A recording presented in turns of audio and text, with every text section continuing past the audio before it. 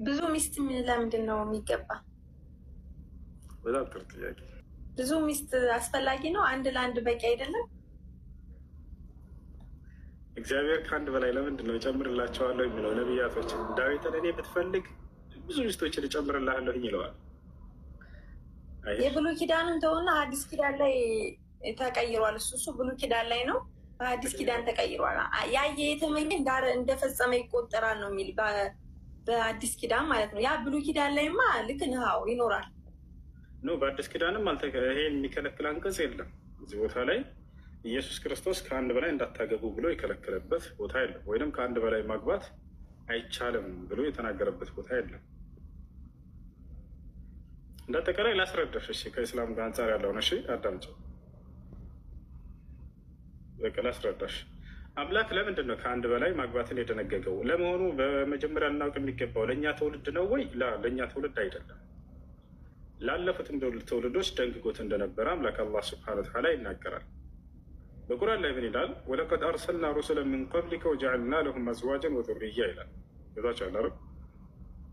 ሙሐመድ ሆይ በእርግጥም ከአንተ በፊት መልእክተኞችን ነቢያቶችን ልኬአለሁኝ ለእነርሱም ሚስቶችንና መልካም ዘሮችን አድርጌላቸው ነበር ይላል።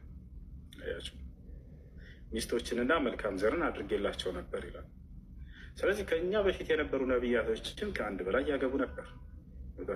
ከአንድ በላይ ያገቡ ነበር። ያ በአምላክ ዘንድ የተፈቀደላቸው ነገር ነበር። ዓላማው ምንድን ነው ከተባለ አምላክ አላህ ስብሐነ ወተዓላ እዛው ላይ ይናገራል። ከአንድ ጀምሮ ማግባትን ሲደነግግ ጊዜ አምላክ በኢስላም መልካም ዘርን ከማፍራት አንጻር ነው። ሙሉ ቁርአን ላይ አስተውላችሁ ከሆነ ሐዲስም ላይ ነብዩ ሰለላሁ ዐለይሂ ወሰለም ስለ ትዳር ሲናገሩ ስለ ትዳር በተነሳ ቁጥር ዓላማው ምንድን ነው? መልካም ዘርን ማፍራት የሚል እሳቤን አድርጎ ነው ትዳር በኢስላም የተደነገገው ከአንድ ጀምሮ ራሱ ማለት ነው። ለምሳሌ ሱረቱል ራዕድ ላይ ምን ይላል አላህ? ወለቀድ አርሰልና ሩሱለን ሚን ቀብሊከ ወጀዐልና ለሁም አዝዋጀን ወዙርያ። ሙሐመድ ሆይ በእርግጥም ከአንተ በፊት መልእክተኞችን ልኬአለሁ ለእነርሱም ሚስቶችን አድርጌላቸው ነበር መልካም ዘሮችንም አድርጌላቸዋለሁ ይላል። መልካም ዘርን ከማፍራት አንጻር ነው። ልክ እንዲሁ በሌላ ቦታ ላይ በሱረቱል ፉርቃን ላይ ምን ይላል? ወለዚነ የቁሉነ ረበና ሀብ ለና ሚን አዝዋጅና ወዙርያቲና ቁረተ አዕዩን፣ ከሚስቶቻችን ልክ እንዲሁም ከዘሮቻችን የአይን ማረፊያ የሆኑ ስጠን ብለው የሚማጸኑ ናቸው አለ። ነቢያችን ሰለላሁ ዐለይሂ ወሰለም ስለ ትዳር ሲናገሩ ምን አሉ? ተዘወጁል ወሉድ አልወዱድ ፈኢኒ ሙካሲሩን ቢኩም አልኡመም የውመል ቂያማ። ወላድና ተወዳጅ የሆነችዋን አግቡ፣ እኔ የትንሣኤ ቀን በጣም በርካታ አማኝ ትውልዶችን አፍርታችሁ በመምጣታችሁ እደሰትባችኋለሁ እና እያሉ ተናገሩ። ስለዚህ ከአንድ ጀምሮ ከዚያም በላይ ኢስላም ማግባትን ሲደነግግ ጊዜ ከበስተጀርባው መልካም ዘርን አፍርተው የሄዱ ዘንድ ሰዎች ይሄንን ታስቦበት ነው። ዑመር ብን አልኸጣብ ምን ይላል ሲናገር? ወላሂ ከአንድ በላይ ከማግባታችን በስተጀርባ መልካም ዘርን ለማፍራት የሚል ንያ እሳቤ ባይኖሩ ኑሮ ባላገባን ነበር እያለ ይናገራል። ተቻለርለ ስለዚህ ያ ነው እሳቤው። ይህን ግን እንደ መጽሐፍ ቅዱስ ትዳር ዓላማው ምንድን ነው ብለን ስናይ ጊዜ በወሲብ እንትን ከመቃጠል ከዚያ ብታገቡ ይሻላል እያለ ነው ጳውሎስ የሚናገረው። ከወሲብ እንትን ከመቃጠል ጋር አያይዞ ነው የተናገረው። በኢስላም እንደዛ አይደለም። በኢስላም መልካም ዘርን ከማፍራት አንጻር ነው እያለ አላህ ይናገራል እንደ መጽሐፍ ቅዱስ ደግሞ። ነገር ግን ከአንድ ሰው በስሜት ከሚቃጠል ቢያገባ ይሻላል እያለ ጳውሎስ ይናገራል። እንዴት ነው ሰው ስሜትን ታሳቢነት አድርጎ ሊያገባ የሚችለው? እንዴት? እዚህ ጋር ደግሞ መልካም ዘርን ከማፍራት አንጻር ነው። ላሳይሽ እንደቀደሙ እንደዛ ካለማ ብዙ ጥያቄ ይመጣብኛል። ያው ለዛሬ ብቃም ብዬ ነው እንጂ ተው፣ ለዛማ መሐመድ ልልህ ነው ደግሞ ጠይቅሽ። እኔ በነቢ ሰለላሁ ዐለይሂ ወሰለም በእያንዳንዱ ተግባራቸው ደስተኛ ነኝ። ጠይቅ፣ ደስ ያለሽ። ግን ላሳይሽ፣ ጳውሎስ ከምትቃጠሉ እያለ ይናገራል። ከሚቃጠል ሰው ያግባ ማለት ብትችሉ የሚችል የለም እንጂ ነው የሚችል የለም እንጂ ብትችሉ ዝም ብላችሁ ብትኖሩ የሚል ቃልም አለ። ግን የሚችል የለም እና አንድ ሴት ለአንድ ወንድ ነው የተፈቀደ። በአዲስ ኪዳን አላል ካለ አሳየኝ። እሺ አሁን ካለ አለ ያልከውን አሳየኝ እስኪ፣ የተፈቀደበትን ከአንድ በላይ በአዲስ ኪዳን የክርስቲያኖችን ማለት ነው የሚከለክል የለም ነው ያልኩሽ። ስለሱ ቅድም ስናወራ ጊዜ አንድም ቦታ ላይ ኢየሱስ ክርስቶስ ከአንድ በላይ እንዳታገቡ ብሎ የተናገረበት ቦታ የለም። አንድ ለአንድ ተጋቡ ቢል ከአንድ በላይ እንዳታገቡ ከአንድ በላይ እንዳታገቡ ወይም ከአንድ በላይ ማግባት ክልክል ነው ብሎ የተነገረበት ቦታ የለም። እና እንደ መጽሐፍ ቅዱስ ሰውየው 1000 ቢያገባ ችግር የለውም። ለምሳሌ አንድ ሰው መጽሐፍ ቅዱስ ላይ የእግዚአብሔር ሰው ብዙ የመጽሐፍ ቅዱስ ክፍሎችን የጻፈ እነ መኃልየ ዘሰሎሞን የሚለውን እንትን የጻፈ እነ መጽሐፈ ምሳሌን የጻፈ እነ መጽሐፈ መክብብን የጻፈው ታላቁ የእግዚአብሔር ሰው ሰለሞን 1000 ሚስቶች ነበሩት። 700 ሚስቶች እና 300 ቁባቶች 1000 በአጠቃላይ ላሳይሽ። ጥፋት አጥፍቷል፣ አውቃለሁ። እሱን ጥፋት አጥፍቷል፣ ተጸጽቷል። የሰው ሚስትም እንትን ብሏል፣ አውቃለሁ። እሱ እና ግን እኮ እግዚአብሔር እንዳልፈቀደ አውቆ ተጸጽቷል። ተጸጽቶ እኮ አልቅሷል። ጌታ ሆይ ማረኝ ብሏል። ቀና ብሎ አላለም። ጌታ ሆይ ማረኝ ብሎ ንስሐ ገብቷል። እሱ አይደለም እንደዛ ያለው፣ ሌላ ነው። እሱ ዳዊት ነው። የሰው ሚስት እንትን ያለው ዳዊት ነው። እሺ እኔ እያልኩሽ ያለው ሌላ ሰለሞን ነው። 1000 ነበሩት፣ 700 ሚስቶች እና 300 ቁባቶች። ማየት ከፈለግሽ ያሳይሻለሁ። አንድ ሰው እንዴት ነው 1000 ሚስት ያገባል? የእግዚአብሔር ሰው ለዛ የብሉይ ኪዳን እኮ እኔም እኮ ብያለሁ። የብሉይ ኪዳን አለው ብያለሁኝ። አዲስ ኪዳን ላይ የለም። እስካለ አሳየኝ። የአዲስ ኪዳኑ አምላክ ራሱ የብሉይ ኪዳኑ አምላክ ነው ወይንስ ሌላ አምላክ ነው? እግዚአብሔር ሙቶ ከተነሳ መቃብርም ተንቅሎ ከተነሳ በኋላ እግዚአብሔር ሕግጋትን ሲደነግግ አንድ ወንድ ለአንድ ሴት በቃ አለቀ፣ እንደዛ ብሎ ደንግጓል። እግዚአብሔር ሙቶ ከተነሳ አይቶ የተመኘ እንዳረገ ይቆጠራል ብሏል። እግዚአብሔር ሙቶ ከተነሳ በኋላ ነው ያልሽው አሁን ወይንስ ጆሮዬ ነው? አዎ መቃብርን ተንቅሎ ከተነሳ በኋላ ሞትን ድል ካረገ በኋላ የደነገገው ያጻፈው ከማቴዎስ እስከ ራእይ ያለው ማለት ነው። እሺ ሙቶ የነበረው እግዚአብሔር ነው። አዎ እግዚአብሔር አይሞትም። እግዚአብሔር አንድ እንኳን የለም ይላል መጽሐፍ። ኢየሱስ ክርስቶስ ነው። ኢየሱስ እንጂ እግዚአብሔር አይደለም የሞተው አይደለ? የአብ ልጅ ኢየሱስ ክርስቶስ ነው። ለሰው ሲል ራሱን ዝቅ አድርጎ ለእኛ ሲል ሙቶ ቢቀር አምላክ ይሞታል እንላለን አንዳንድ ጊዜ። ግን ሞትን ደግሞ ፈንቅሎ ተነስቷል፣ አልቀረም። ሞቶ ቢቀር ነበረ እንደዛ ብንለው። እያስነሳው አምላኩ ነው አይደለ? ነው በራሱ ነው ሞትን ድል አድርጎ የተነሳው። አብ ወልድ መንፈስ ቅዱስ አንድ አምላክ ብለን ነው የምንጠራ። ያስነሳው ማን ነው?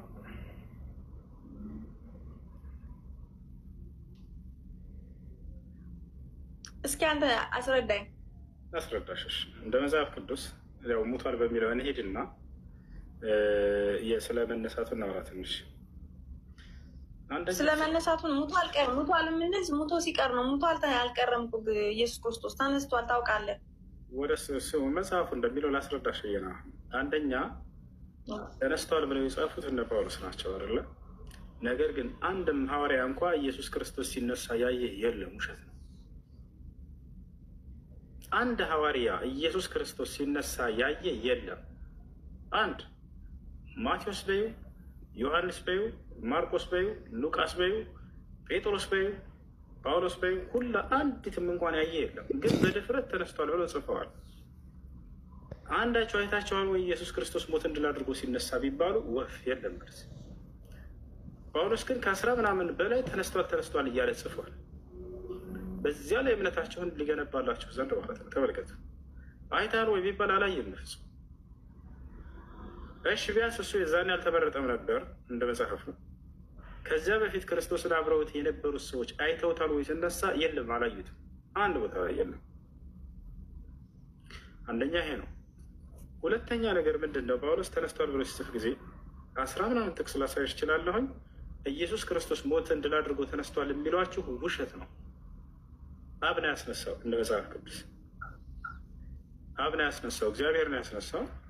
አብ ነው ያስነሳው። ገላትያ ምዕራፍ 1 ቁጥር 1 ላይ ይናገራል። ከሙታንም ባስነሳው በእግዚአብሔር አብ እያለ ይናገራል። አብ ነው ያስነሳው። አብ ወልድ መንፈስ ቅዱስ እንዳይሏችሁ ውሸታቸውን ነው። አብ ብሎ ለብቻው አብን አስቀምጦ ነው እሱ እንዳስነሳው። ልክ እንዲሁ እግዚአብሔር አስነሳው እያለ አስነሳው። አብን ያየ እኔን አየ ነው የሚል አብ አይታይም። አብ አይታይም። እሺ እሱ ስለ ቀጥታ ስለማየት የሚያወራ አይደለም። አሁን ስለ መነሳቱ እያወራን ነው። አንድ ማንኛውም ያስነሳው ማን ነው? እግዚአብሔር ነው። እግዚአብሔር ባያስነሳው እጣ ፈንታው ምን እንደሚሆን ታውቂያለሽ? በስብሶ ይቀር ነበር ኢየሱስ ክርስቶስ እንደ ማንኛውም ሰው። በስብሶ የሚቀር ስጋ ደግሞ የምን ስጋ ነው? የፍጡር ስጋ ነው። እግዚአብሔር ባያስነሳው በስብሶ ይቀር ነበር። መጽሐፍ ቅዱስ እንደዛ ይላል። እንዳይበሰብስም። ስለዚህ አስነስቶታል፣ እግዚአብሔር አስነስቶታል። አሁን እሱ ጋር ምን አለ መሰለሽ፣ መጽሐፉ የሚለውን ነው እኔ የምነግርሽ። ኢየሱስ ክርስቶስ ስለ መነሳቱ ሲናገር ጊዜ አንደኛ ያየው ሰው የለም ሲነሳ፣ ሞትን ድል አድርጎ ቀብሩን ፈንቅሎ ሲነሳ ያየው አንድም ሐዋርያ የለም። ውሸት ነው እሱ። ሁለተኛ ነገር ራሱ ሞትን ድል አድርጎ ተነስቷል የሚሏቸው ውሸት ነው። አምላኩን ያስነሳው እግዚአብሔር አስነሳው ነው የሚለው መጽሐፉ። ሶስተኛው ነገር በጣም የሚያሳዝነው ምንድን ነው?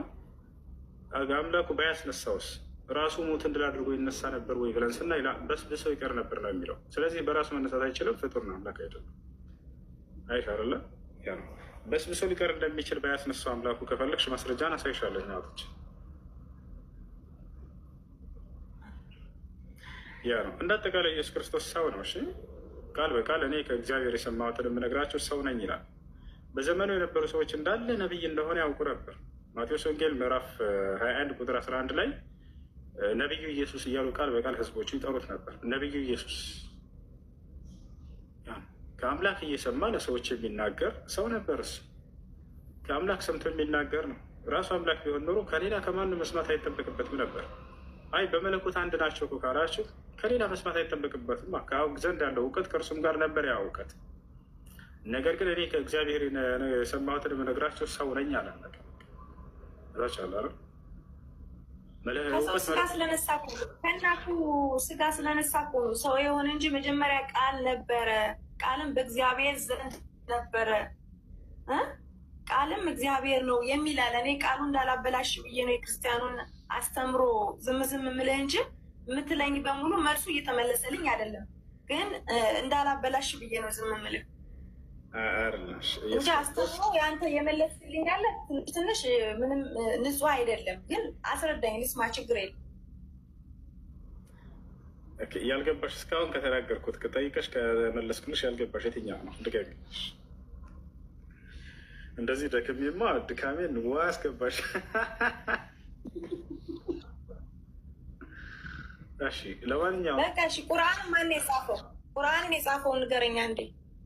እሺ ቁርአን ከአምላካችን ከአላህ ዘንድ በመላእኩ ጅብሪል ወይም በገብርኤል አማካኝነት በመንፈስ ቅዱስ ምሪት መጥቶ ለነቢ ስ ላ ስለም የተወረደ ከዚያም የነቢ ስ ላ ስለም ሰሃቦች የጻፉት ነው። የጻፉት ማናቸው? የነቢ ስ ላ ስለም ሰሃቦች ናቸው። ምድር ላይ ጻፉ ተብለው ራሳቸው እያዘዟቸው ጽፈው ነው። ከአላህ ዘንድ የመጣ ማስረጃ ልንገርሽ። ሱረቱ ሹዓራ ላይ ቁጥር 192 ላይ አላህ ሲናገሩ ይላል ወኢነሁ ለተንዚሉ ረቢ ልዓለሚን ነዘለ ቢህ ሩሑ ልአሚን ዓላ ቀልቢከ ሊተኩነ ሚን ልሙንዚሪን ይላል። ይህ ቁርአን ከዓለማቱ ጌታ ከአላህ ዘንድ የተወረደ ነው አለ። ማን አወረደው ከተባለ ታማኙ መንፈስ ወይንም መልአኩ ገብርኤል አወረደው። በእሱ አማካኝነት ይሆናል። ገብርኤል ምን ይሰራል? ገብርኤል ምን ይሰራል? መልአክ ነው። የአምላክ ተላላኪ ነው ለነቢያቶች።